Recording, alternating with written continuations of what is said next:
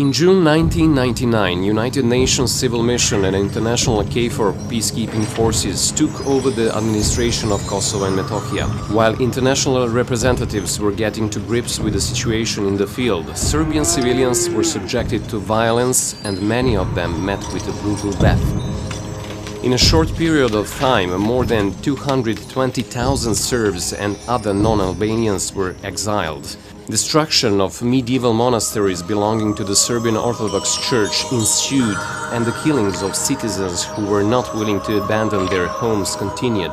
Albanian extremists destroyed or damaged 150 Orthodox churches and monasteries on Kosovo and Metohija, many of which date back to the 13th and 14th century.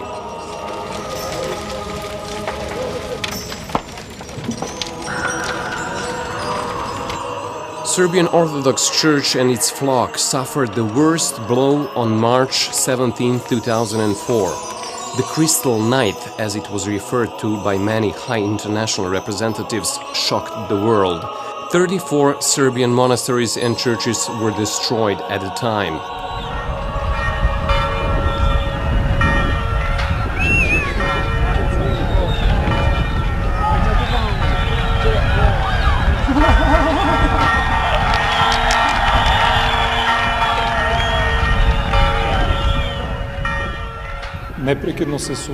Some Albanians are continually attempting to forge history and appropriate Serbian holy places. Also, we are faced with a rising threat of Islamic fundamentalism, a phenomenon that didn't exist in these parts prior to the war of 1999.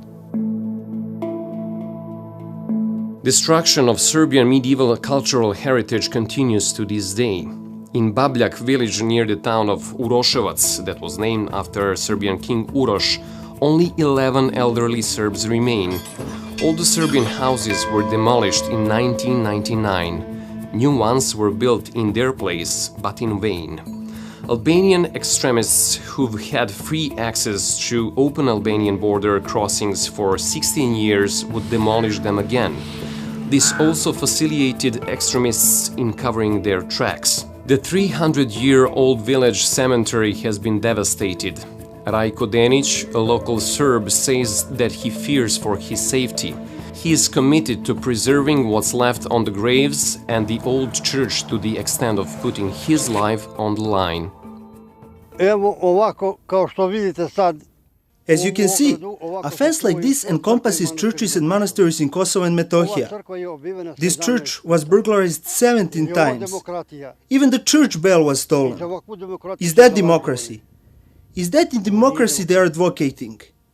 It has nothing to do with democracy, but we are struggling to preserve our identity and our faith.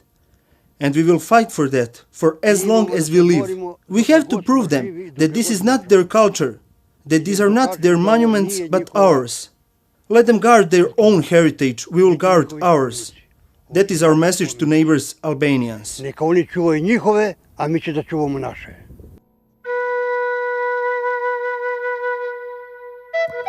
In Gračanica, the largest Serbian village near Pristina, Serbs are concerned about the future of the monastery. They don't trust Kosovo institutions and oppose Kosovo's UNESCO membership. If somebody torched your house, would you give that house to him for safekeeping? That is why Serbs in Kosovo are worried. We are living in a ghetto. This barbed wire behind did not stop Albanian extremists. 50,000 armed soldiers could not protect the Serbs and their cultural heritage. And now, after all that we have endured, we are supposed to believe that Kosovo authorities would somehow manage to preserve the most important cultural and spiritual treasures of our people.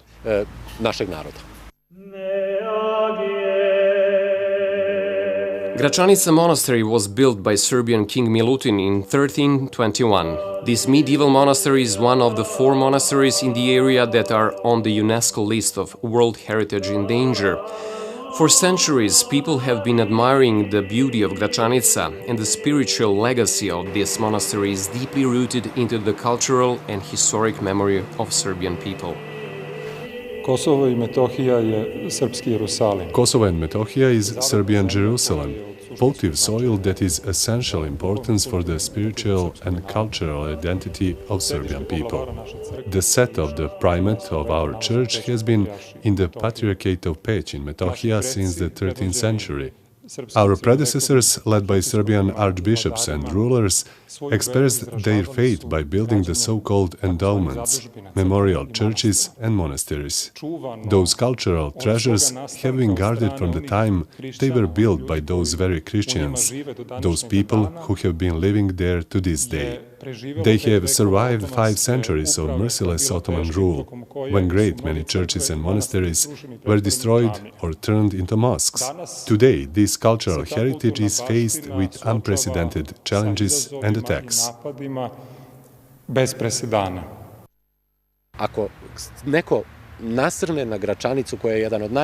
If someone was to attack Gračanica Monastery, which is one of the most important European sacred monuments of the 14th century, it would be an enormous loss for us.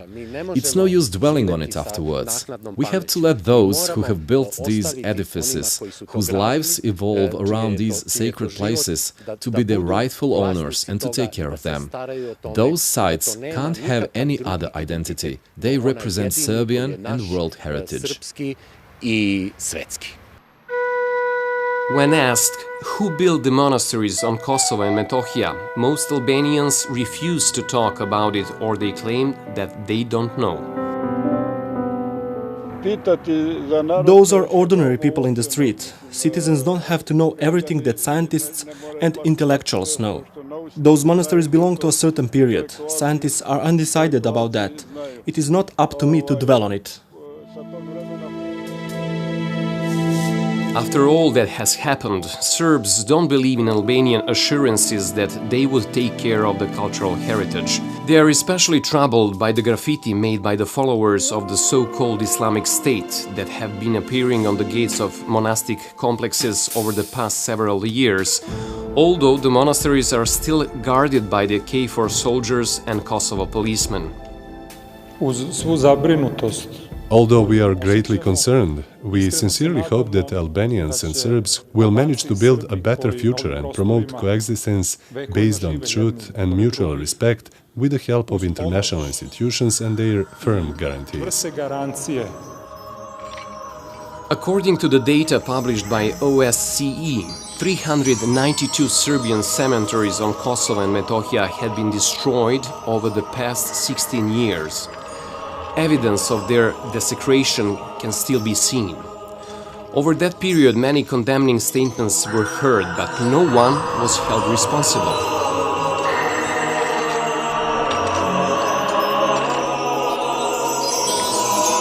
Kosovo, whose authorities have been tolerating the destruction of Serbian heritage for so long, is now striving to enter the international institution that is supposed to value and protect that heritage.